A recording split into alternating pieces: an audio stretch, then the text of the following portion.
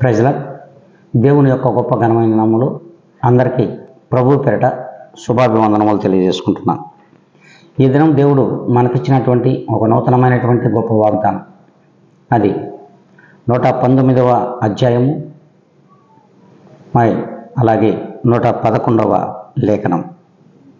కీర్తన గ్రంథము 119వ అధ్యాయము 11వ లేఖనం చూద్దాం.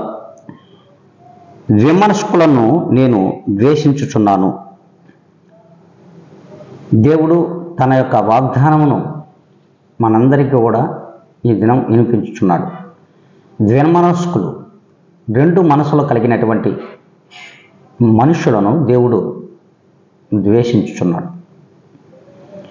ఇది సూటిగా ప్రతి విశ్వాసతో కూడా ఆయన మాట్లాడుతున్నాడు. ఎవరు రెండు మనసులు కలిగి లోకంలో పయనిస్తున్నారు, ఎవరు రెండు మనసులు కలిగి జీవిస్తున్నారు, ఒక్కసారి ప్రతి విశ్వాసి కూడా మరి పరీక్షించుకోవాల్సిన అవసరం ఉంది. హృదయ పరిశీలన అవసరమైనది. అందుకే దేవుడు మనం ఎటువైపు నడుస్తున్నాం, దేవునిలో ఉన్నామంటూ కూడా మరలా లోకం వైపు తిరుగుతున్నాం. మరి లోకం వైపునైనా జీవించాలి, లేదా దేవునిలోనైనా జీవించాలి. అటు దేవునికి ఇష్టలుగా ఉంటూ మరలా లోకమును కూడా ఇష్టపడుతున్నట్లయితే ఇది రెండు మనసులు కలిగినటువంటి ధోరణని దేవుడు తెలియజేస్తున్నాడు. మరి అలాంటి వ్యక్తులముగా మనం ఈ లోకంలో ఉన్నామో లేదో, మరి ఏక మనస్సు కలిగి దేవునిలో ఉన్నామో లేదో ఒక్కసారి గుర్తిరిగి మనల్ని మనం పరీక్షించుకోవాల్సిన అవసరం ఉంది. మరి ఏ రీతిగా మనం జీవిస్తున్నాం, ఏ రీతిగా మనం పయనిస్తున్నాం? ఈ రెండు మనసులు కలిగి పయనిస్తున్నామా?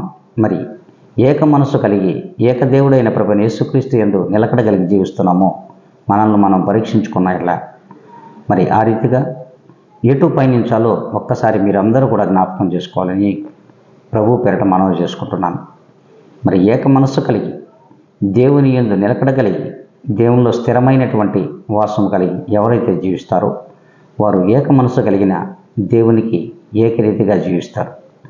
మరి అలా లేకుండా ద్విమనస్కులుగా లోకం వైపు కూడా మనం పయనించాలి, లోకంలోని అంతా కూడా మాకు కావాలి అనుకున్నట్లయితే ఇది రెండు మనసుల ధోరణి అంటాడు. కాబట్టి మనం అందరం కూడా ఇక మీదటైనను ద్విమనస్కులుగా కాకుండా ఏక మనస్సు కలిగిన వ్యక్తులుగా ఈ లోకంలో జీవించాలని, ప్రభువుకి ఇష్టలుగా బ్రతకాలని ప్రభు పేరిట మీకు అందరికీ కూడా మనవి చేసుకుంటూ ఉన్నాను. మరి ఆ రీతిగా ఉన్నామో లేదో పరీక్షించుకొని ఈ దినము నుండైనా సరే మనం మరి ప్రభువుకు ఇష్టలుగా ఏక మనస్సు కలిగి జీవిస్తామా? మరి చూడండి, అందరూ తలలో వంచండి, మరి కళ్ళు మూసుకోనండి. ప్రభు యందు ఏకాగ్రత కలిగి ప్రార్థనలో ఏకీవించాలని ప్రభు పేరిట మనవి చేసుకుంటున్నాను. పరిశుద్ధుడా, ప్రేమ కలిగిన మా తండ్రి, నాయన మీ యొక్క గొప్ప గణనామానికి వందనములు, కోటాను కోట్ల కృతజ్ఞత స్తుతి స్తోత్రములు సమర్పించుకుంటున్నాను. ప్రభువా, ఈ యొక్క ఉదయకాల సమయంలో నాయన వీక్షించుతున్న ప్రతి బిడ్డను జ్ఞాపకం చేసుకోండి. ఎవరైతే ద్విమనస్సులుగా ఈ లోకంలో జీవిస్తున్నారు, విశ్వాసులు ఆ రీతిగా ఉన్నారేమో ఒక్కసారి జ్ఞాపకం చేసుకోమని, వారు ఏక మనస్సు కలిగి మీ యందు నిలకడ కలిగి జీవించే భాగ్యాన్ని వీక్షించుతున్న ప్రతి బిడ్డకు దయచేయమని యేసుక్రీస్తు యొక్క గొప్ప ఘనమైన నామములో నన్ను నేను మిక్కిలిగా తగ్గించుకొని అడిగి వేడుకొని ప్రార్థిస్తున్నాను మా తండ్రి.